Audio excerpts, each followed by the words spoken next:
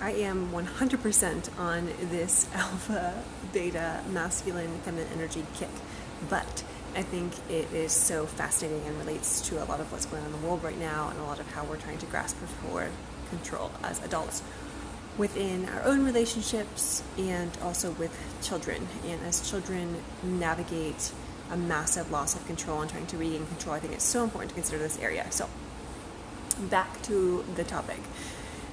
And what I discussed on the previous live was that when we tend to slip into one energy or the other, masculine versus feminine, that what we need to do is try and balance. This is with so many other areas of our life as well, is finding that yin and yang balance. So if you tend to step into more masculine energy, do some more feminine-like things, movements, activities, and it'll put you in more of that beta phase. Reverse that if you are more beta. So that comes into play a lot with children as well, because we naturally take a more masculine alpha role with children because we are the authoritarian figures in their lives. But I would challenge you to think about how you can go more beta with your children and give them a little bit more of a sense of control. Still get what you want, still get respected, but give up and relinquish a bit of control. And one way to do that is just change the way you communicate. So a strategy I use with a lot of people, a lot of children, adults and children, is the I see strategy. So instead of telling someone what to do or telling what I need them to do, I just state what I see.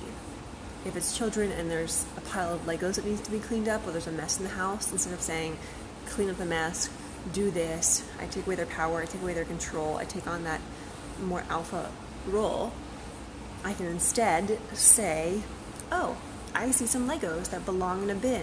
I see some toys that need to go on the shelf.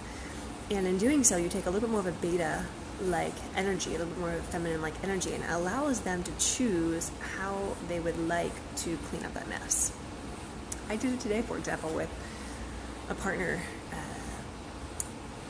Organic maple syrup belongs in the fridge because it gets moldy and it goes bad if it doesn't end up in the fridge, unlike most other maple syrups that are fine to be in the cabinet. But instead of taking away the power and control and taking on that masculine authoritarian energy, I said, oh, I see maple syrup stuck in the cupboard, or I see that the maple syrup landed in the cupboard, prompting him to put it in the fridge, but didn't say do this or do that, so I didn't take away the power and control in that situation.